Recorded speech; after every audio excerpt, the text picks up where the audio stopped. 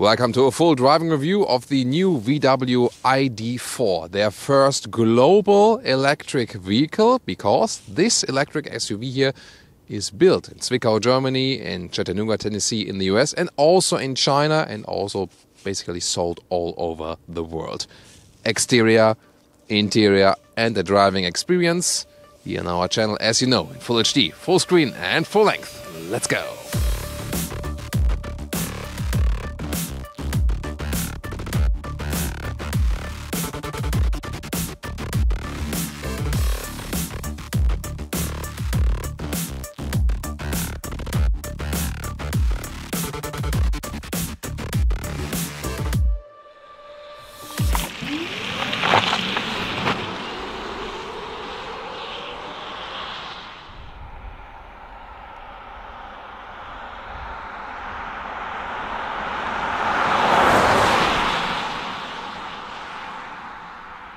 In the front we can see a very friendly, likable face inspired by the former Beetle design. LED main headlamp unit is standard, and option you can also get matrix LED, and then you also have not only the daytime running light in the top part, but also the turning indicator goes all the way across this, otherwise it's a little bit more subtle. And you also have then this additional light strip in the middle part. It would just be a white line in the standard version. And in the US you will also get an illuminated VW logo, not allowed here in Germany. The length is at 4.58 meters, 15 foot or 180 inches. Honey yellow is this vehicle color here, but we can also show you the blue dusk. And then there's also a dark gray or a white vehicle for you. 16 centimeters or 6 inches is the ground clearance, so somewhat soft off-road capable. Wheels come from 18 to 21 inch. These here are the 20-inch wheels, already look quite massive, so it's a high trim vehicle for today. Crossover cladding, you can see it right there. Base suspension for this vehicle here today, which has a setting to make it stiffer, sportier, that's possible. And then you can also go for the adaptive suspension, the DCC, that will also be available for the vehicle. Here the side profile design, contrasting here with the black roof. Stressed C-pillar and very strong shoulder area right here. It has some kind of SUV styling, but also some kind of van styling with this very short hood there, but that also makes a good package. So exterior-interior relation, of course we will soon see more about that. Rear-wheel driven platform, later on also all-wheel drive possible with 2 electric motors then in the top trim version. But today we begin with the rear-wheel drive that promises some sporty driving fun.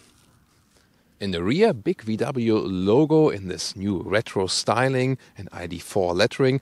Then again this crossover look for the lower part and the light strip that goes all over the vehicle. If you have the elaborated matrix LED function, you also then get a more elaborated rear lighting here in this 3D style. And when you activate the turning indicators, they are then in the rear also cascading. There is no frunk whatsoever, but some of the parts are stored here in the front. You can also refill wiper fluid and so on. It gives us time to talk about the specs. Either 52 kilowatt-hour battery or 77 kilowatt-hour battery. That's the bigger pack then. And the horsepower figures for the smaller one, 148 or 170 horsepower. The bigger battery maybe also will come with a 175 horsepower spec. What is clear that also this year today, 204 horsepower. The electric motor, however, is in the rear. It's a rear-wheel driven platform. However, we also expect then an all-wheel drive model that's already announced with about 300 horsepower, which is then dual motor, also one then in the front. And this will also give us better acceleration. This one here today, the 204 horsepower spec, around 8.5 seconds to 1 kilometers or 62 miles an hour. And the top speed is 160 kilometers an hour or 100 miles per hour. Recharging for the small battery, 7.2 kilowatt AC. For the big battery, 11 kilowatt AC.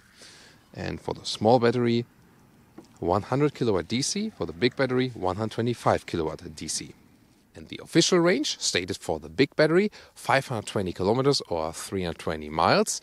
For the small battery, it would be more like 350 kilometers or 220 miles.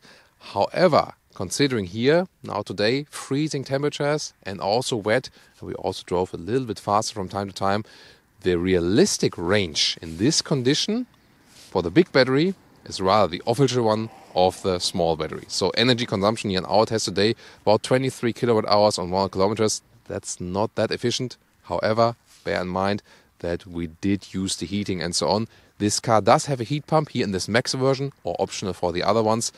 But still, it could be a little bit more efficient, I think.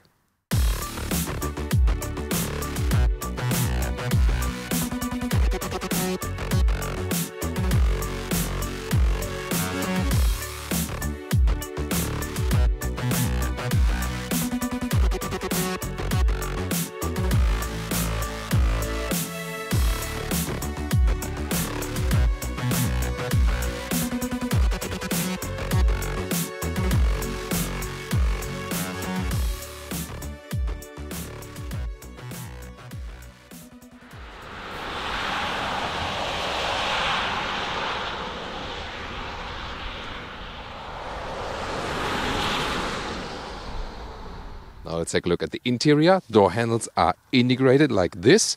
They do not move. You just have something of a feedback from the inside underneath right here. Door closing sound. It's actually quite solid. Then inside of the doors, a brown leatherette in this styling here. Then it is not hard but not super soft, somewhat soft touchy at the inside of the doors in the front. Here the controls for the side mirrors, you really have to fine-tune them, so it's not that intuitive, and you usually have to look at this to switch from right to left mirror. I'm not sure if that's really a good development. Here these high gloss piano lacquer plastic elements, not the biggest fan of that. However, the rest of the interior, soft touch dashboard, steering wheel looks fancy with these capacitive buttons, but more to that soon. In the base version, the steering wheel would come animal free. If you go for the higher trim version or the travel assist, then it automatically comes in animal skin wrap. However, they're also developing an alternative solution to that. As for the seats, they always come animal free in all versions, either fabric base, or then this year the option with microfiber on the inside and leatherette on the outside. This is then the base seat with the separated head restraint. Base seat form, again, option with the microfiber surface, but there's also a sports seat available with the integrated head restraint, so nice visual job for the seats, definitely. There are also the ergo active seats here with the memory function and also massage function. So seating comfort, I can really tell you already right now, is actually really good. So as for these seats here, very comfortable, premium look and also premium feeling. You can also put the lower surface here, lower area, a little bit longer. With 1.86 or 6'1", if I put it in the lowest position, still have a lot of headroom here to the side and even more than to this panoramic screen. It cannot be opened actually, but you can have this shade. So when I turn on the ignition, you can see there's a slider and then you can have a shade for very, very warm days. It brings a lot of light in here. That's actually quite cool. But again, as we know, for example, from the Teslas, you cannot open it completely. There's the shade then. It takes quite a while because it goes all the way over the car. But to me, the good thing is here also, if you compare it to other electric vehicles, the seating comfort here, the seat form here is really excellent and also good materials. Then the steering wheel here, up and down, in and out. And you can see here the digital instruments, they are bound to the steering wheel. I think this whole area, it looks a little bit non-premium, I would say, visualization wise, and also that's fixed on the steering wheel. Then again, they want to keep it simple because they say we rather want people to use our new head-up display, and I would say we'll take a look at that.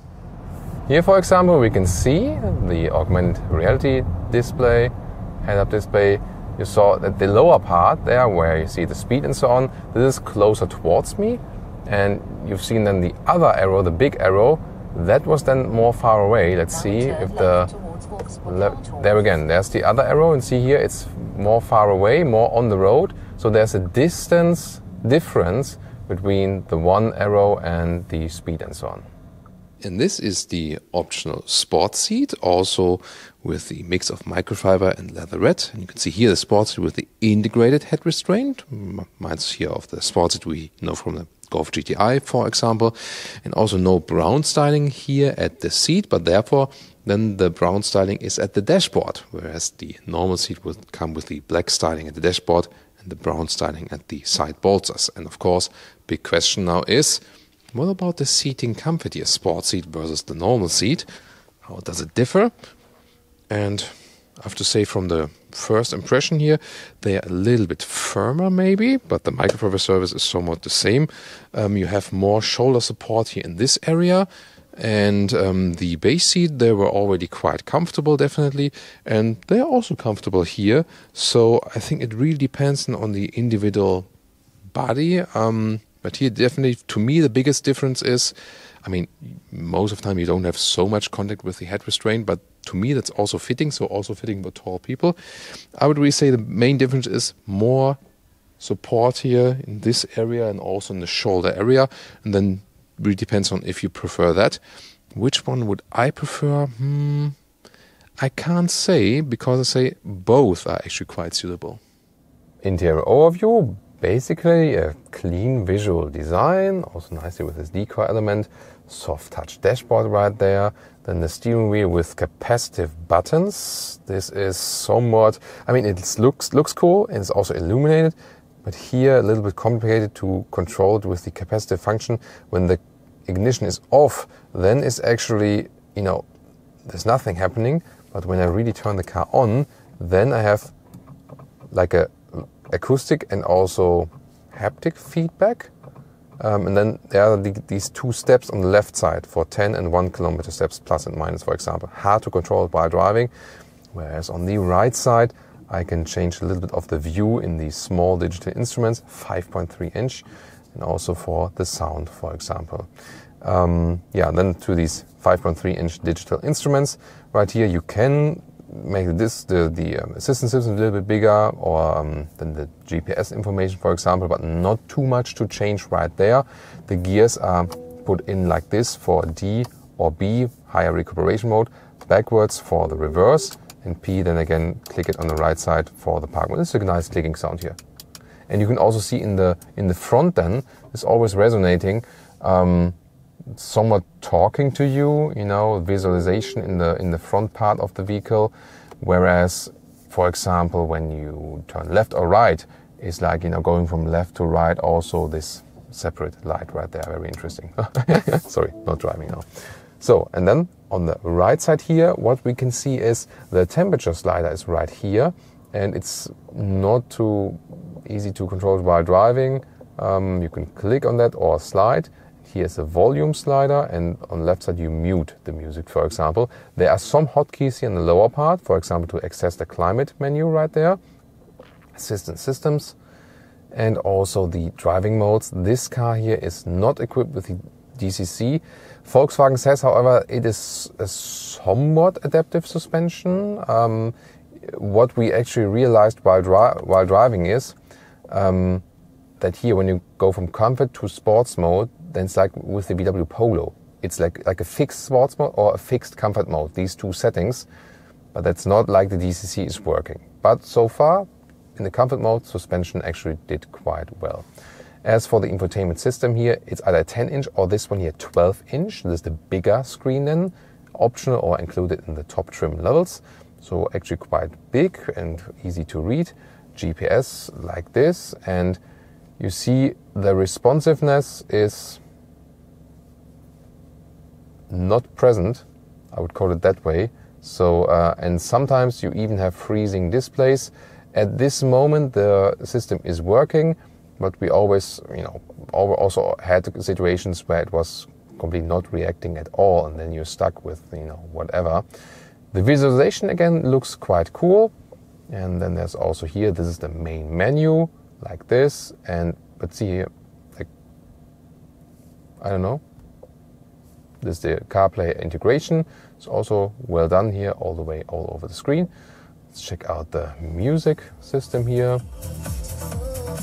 which is actually quite decent. So clear sound, and it fits also the great noise insulation of the vehicle, that you can actually concentrate really on your favorite music, so that's cool.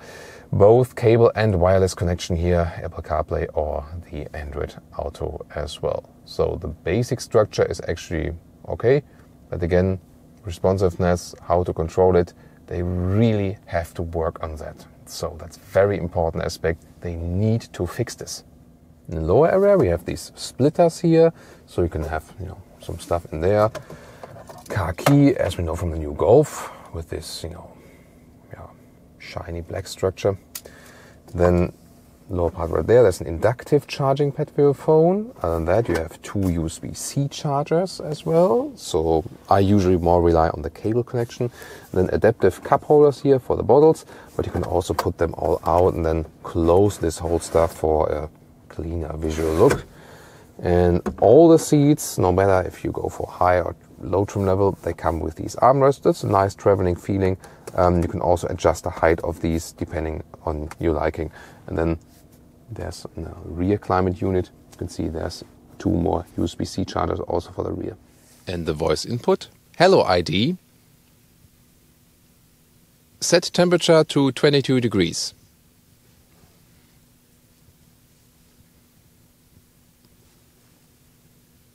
Okay. There we go, that works. And I can also activate it as a steering wheel. Drive me to Berlin. Please say the full address, starting with the city. Berlin. Did you mean Seedorf, Berlin? Yeah, so yeah, somewhat that worked as well. Okay, so we have seen more elaborated systems, but I think overall, you can use something of it. Yeah. As for the rear seating area, first of all, inside of the doors, this is the hard pack here. Maybe for this segment would have been cooler with a soft touch as well, but here is then soft for the leatherette where you put your elbow or something. Then you can see the middle tunnel. There is no rear middle tunnel, electric building platform. That's of course good, so it looks already quite spacious. And then when you have the microfiber option, here you also have it on the rear seats. And it's also interesting, you have a lot of possibilities to install some child seats. You have Isofix on the outsides each, but also the middle part, they say, could fit another child seat, not with Isofix though. And there's even Isofix on the co-driver seat, by the way, in the front. So a lot of possibilities right there. Then getting inside, and good thing is here, you have enough legroom right here. So that's actually quite good. Good package. As for the headroom, the bench is not too low. So headroom-wise, for tall people, it gets close. It works, It works. Again, 1m86, 6'1", but it's getting close. Then the seating position itself is actually quite comfortable. I think it's really good for kids because the bench is rather high. So you have a good view from the rear to the front and also here then through the panoramic screen. Actually well usable. In the middle part you can also sit very well, so it does fit for 3 tall adults. Again, because you don't have this middle tunnel right here, it's not too stiff as for the seating area here in the middle part. So indeed here from the rear, very well usable. And then you can already fold the seats from here, that's possible. And then in the middle part we also have this cup holder, not adaptive though. And last but not least, this ski hatch you could also use. And now to the trunk area. Electric hatch is standard, like this, and yeah, looks like very well usable. 543 liters up to 1,575 liters with folded seats. That's 19 cubic feet to maximum of 56 cubic feet. And you can see here, you can fold this up here, and then you have space for the charging cables underneath. Yeah, I'm not sure if that's the most practical space. Quite often EV users just let it just lie in the trunk here somewhat, and you can see when I put some luggage inside, it also fits here in the vertical way still. That's possible. And some basic measurements. See the normal length. It's more than 90 centimeters. The width here, this is a meter, so that area is a meter, and the height here up to the cover, this is here about 45 centimeters. And when I fold the seats, I have to go around. Here we go. This one side. Now I sprint around to the other side, but you don't have to wait that much. So there we go. I think overall that works quite well. Let me put that folding ruler a little bit longer. classic car reviewing style. And here we go with 1 meters and 70.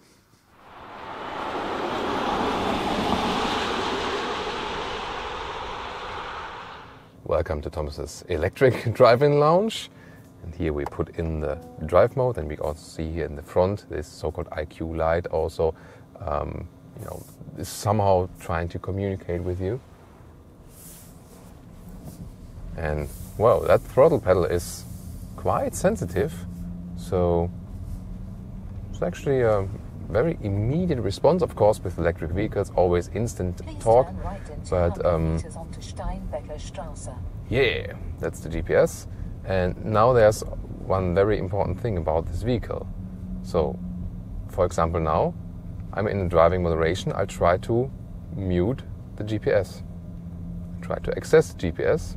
Now turn right onto and nothing Steinbecker is happening. That's really cool, by the way. Here, see here, when I need to turn right, it was signaling me in the light.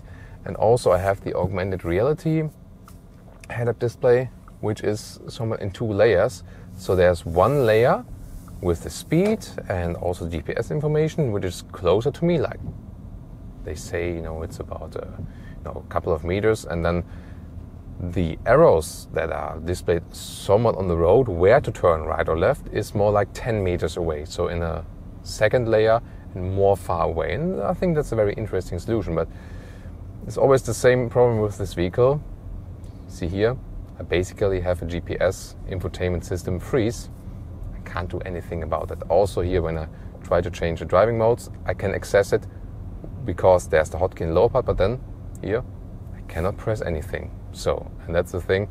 And at some point you might think, it's a prototype vehicle, it's one of the first vehicles. Yes, that's true, but we have had same or equal problems with the VW Golf, with the ID3, and so on and so on. And so you can also enjoy the voice commands here of the GPS system for today. Hardware-wise, the car is absolutely excellent. Low center of gravity. This 500 kilograms of the battery, 500 kilograms, really low inside the vehicle, and that means we have very sporty driving characteristic, although we are driving an SUV. That makes it actually sportier than it looks. We don't have the DCC, dynamic chassis control, for today, so no adaptive suspension. However, Volkswagen told us that there's again this very interesting signal that you can use visually, really cool. Wow, and when accelerating here out of the corners, just phenomenal, really great how that feels. And here we can also do acceleration, wet road, rear-wheel drive, and we do 0 to 70 kilometers an hour. Let's just pin it down.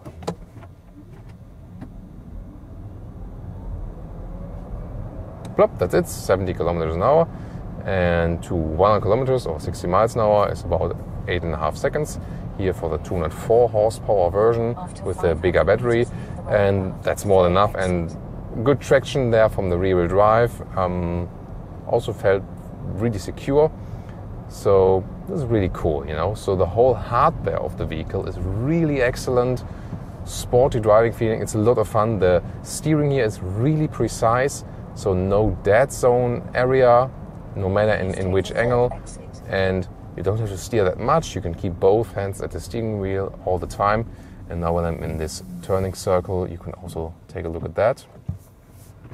Wow, really spontaneous acceleration. So it really almost feels like a performance car or something. Really cool. There you go. That's a lot of fun. Here, a little bit left and right. Such a precise feeling for the car. So remember that space-wise, we more have like a Tiguan all space from the inside as for the space you can use. But driving-wise, it more feels like a Golf GTI or something, So again, low center of gravity, spontaneous acceleration from the electric drive. It's just a lot of fun to steer this one here around.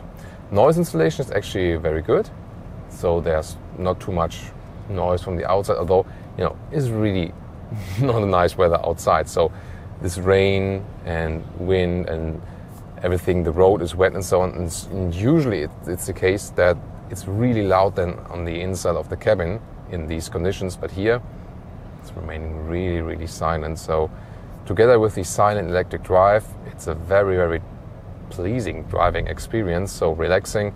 The seats are also great, the optional microfiber seats. Seat form will be the same in the base seat. Option, you can go for the sport seats, as we told you earlier, but they're both very comfortable. So that is cool. So you can also imagine longer motorway trips, for example, as for the comfort. Not necessarily as for the range. That's on a different sheet of paper, definitely. Also, as for the overview, I mean, to the rear, this back mirror is not too large. The window is not too large, but you can still see everything to the back there. Side mirrors also with a good view. You also have a blind spot monitor and so on. And talking about assistance systems, you can activate them here or deactivate them at the steering wheel. And here you can also activate the travel assist. The augmented reality head-up display also shows me what I'm doing actually, and also shows, okay, now I'm activated in the head-up display. It's quite fancy. And now when the travel assist is active, the car is somewhat steering itself. You have to keep your hands on the steering wheel, and the rest is being done by the car basically. Don't trust on it 100%. You also feel that the car is getting a little bit more loose. So overall, these assistance systems are working very well. However, to control them here, we had this issue before on the ID3. It was done differently in the Tiguan, for example, facelift. Here now, when we have plus and minus 1 kilometer steps up and down, and when we press a little bit more in, then it's like 10 kilometer steps. But now, for example, I hit the distance button, then I'm controlling the distance, and I'm always like, oh, what am I doing here actually, and what is happening? At least I can take a look at that in the head-up display, but here now again, 10 kilometer steps and 1 kilometer steps but you cannot concentrate on that while driving. So the thing is, with the VW steering wheels without the capacitive buttons, or then also now in the new Tiguan, they change it again and put it to resume and set for 1 kilometer steps, and then 10 kilometer steps here with plus and minus, and don't have this two-step design. So they realized it's bad, so they changed it. But obviously for the ID4, it was too late to change it. So I expected that they change it again with the, with the upcoming facelift or so on. But that's the thing about the vehicle. I mean, hardware-wise, it's really excellent, such a great drive. But then the user interface, once again, here with these capacitive buttons on the steering wheel, that's definitely lacking. And of course, the weakest point, and that's really influencing driving as well. The weakest point is the infotainment system, and really, the software, and also the hardware cannot cope with the software, and maybe they don't have too much, enough of the cloud capacity, for example. That's really lacking, and I mean, still not able to do anything here while driving with the infotainment system. And yeah, it's really weird to see, sadly. At least you have a live voice. Usually we always deactivate it, but first time we're not able to deactivate the voice commands while driving. Yeah, always interesting to have first times, right guys? So, and what about recuperation? So far I was in a deep driving mode. It's again here turning left. And I'm just hitting the brakes, and then recuperation is being done, regenerative braking. And that's more like, when you have the rolling effect, it can be more efficient when you let the car roll. However, if you want to decelerate anyway, then it also makes sense to use recuperation, of course. And you're always using that when you use the brakes. And just when you need even more braking power, then actually the real brakes are being applied. An interesting thing as for this is that in the front we have disc brakes, and in the rear we have drum brakes. And you might think about, oh, is this a small car segment with like 100 horsepower, drum brakes in the rear, what the hell? It's actually a good thing, because if you would have disc brakes here in the rear, it's not necessary. The rear discs are hardly used, and there would be just more corrosion. So using drum brakes in the rear is actually then here for this case a good thing. But what I want to lead over is I can go from the D mode to the B mode. That's the stronger recuperation mode. And then there's just rolling when you leave your foot on the throttle a little bit. When you then lift your foot off the throttle, there's recuperation, the car is decelerating. However, I have to say that the recuperation strength is not that strong as you would expect. So just came here to drive this one in the Tesla Model S, just to compare that one. And the recuperation with the Teslas, for example, is way stronger. So the B mode here is actually done that you can do this one pedal driving, but is it strong enough that you really can always go with one pedal driving? I wouldn't be so sure about that. More or less, yes. I mean, we can test it here. Now I'm getting off the throttle. Now turn left towards Braunschweig. And yeah, now I have to apply the brakes. Even more recuperation then, yeah, but you see that the recuperation is not the strongest. You can always argue what is good and what is bad. So I guess what's the idea behind this is here. Volkswagen, I mean, majority of their customers have not driven electric vehicles yet. So they want to have a smoother transition. With Tesla, you know, it's an all new thing. You know, most people who buy Teslas, buy Teslas for the very, very first time, you know, for the very, very first time in the brand. And then it's something completely new and you just adapt to something new. And here probably they want to make it a little bit more pleasing to their existing customers, that they don't have like a big transition, you know. So here not a strong recuperation, at least, I mean, there is good recuperation possible, yes, but not just with leaving your foot off the throttle. It's really more that you hit the brakes then.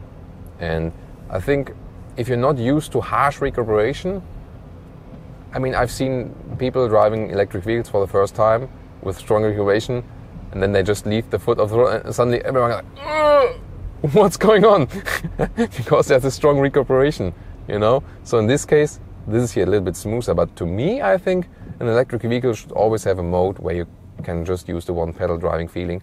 And that's indeed not the case right here. So driving wise, I really have to say, nice acceleration. The rear wheel drive gives it a sporty feeling. Turning circle at 10.2 meters is really narrow because of rear wheel drive also, and because of the whole architecture. Rear wheel drive is better for the turning circle because the front wheels can be turned, you know, further as for the degree angle. So that's a good thing. Once again, like the ID.3, this platform, MEB platform, how you feel the chassis stiffness, the noise insulation, you know, that's a thing, for example, that is way better than with Tesla. This car, chassis-wise and driving-wise, feels so much more elaborated, you know, you feel there's like, you know, like 50 years of engineering experience in that vehicle here, especially as for the hardware parts, you know, like here, accelerate a little bit more, lane change, wow, it's excellent, you know. Now 100 kilometers an hour, 60 miles an hour, lane change here. I mean, it's wet road, and I feel like I could immediately go to the Nordschleife with this vehicle, and it's a family electric SUV, you know. It drives so agile, so sporty. So much fun to drive this car. I mean, from the outside it looks like, you know, not very sporty. It's more like this little bit Beetle-alike design, round, friendly, like pop culture oriented or something. And then suddenly you start driving this vehicle and say like, am I in a sports car? So that's really very, very well done.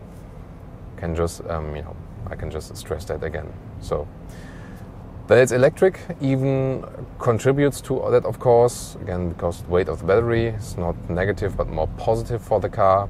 Instantaneous acceleration, and again, it's really so silent and relaxing.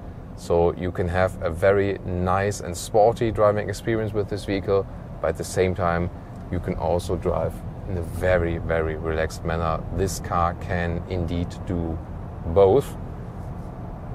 Yeah, the only thing they can't do is software.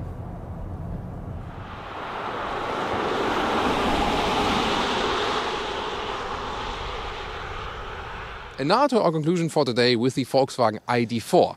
Round and friendly face from the exterior, more this Beetle-like design. On the interior you have a lot of space and also especially great seats from these two different forms, normal and sport seats. Also, all seats, no matter which material you have, all animal-free.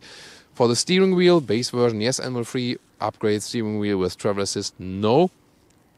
Expecting a different solution there later. But overall, the whole interior is actually quite likable and very well usable.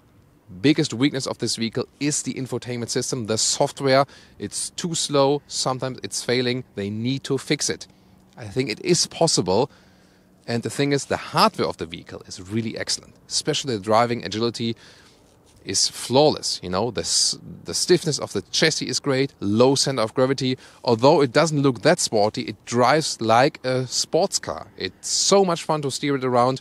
Great steering input, great forward drive, rear wheel drive. That feels also quite sporty out of the corners and so on.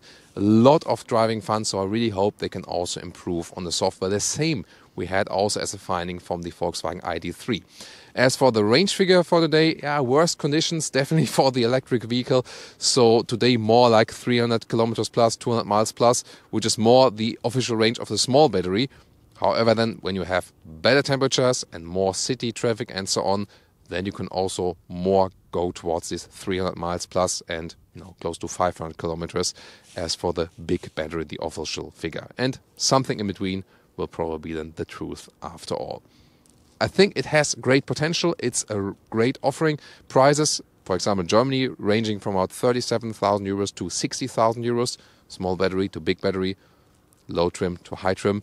So I think it is a very good offer overall when the software is fixed. That's our conclusion for today. I hope you tune in next time and leave us your comments to the new ID.4. Really looking forward to that.